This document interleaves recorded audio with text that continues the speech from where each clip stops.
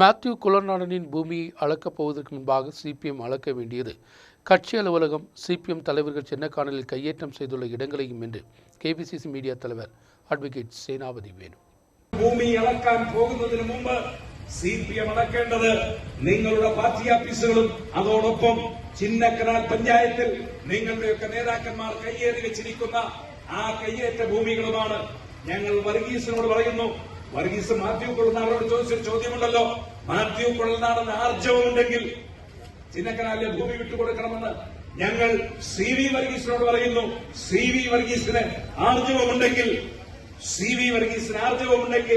സിപിഎമ്മിന്റെ നേതാക്കൾ ചിന്നക്കനാലിൽ കയ്യേറി വെച്ചിരിക്കുന്ന ഭൂമി ഞങ്ങൾ ചൂണ്ടിക്കാണിച്ചു തരാം. ആ ഭൂമി പിടിച്ചെടുക്കുവാൻ, ആ ഭൂമി പിടിച്ചെടുത്ത് ഭൂമിയില്ലാത്ത പാവപ്പെട്ടവന് കൊടുക്കാൻ സി വി വർഗീസിന് ആർജവമുണ്ടോ? ആർജവമുണ്ടെങ്കിൽ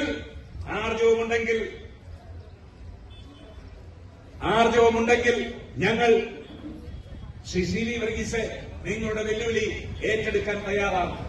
അപ്പൊ ഞാൻ പറഞ്ഞു വന്നത്, സിപിഎമ്മിന് ഒരു നീതി, മാർക്സിസ്റ്റ് പാർട്ടിയുടെ റിസോർട്ടുകൾക്ക് ഒരു നീതി, മാത്യു കുഴൽനാടന്റെ റിസോർട്ടിന് മറ്റൊരു നീതി. ഇതെന്താണ് സ്നേഹിതരെ?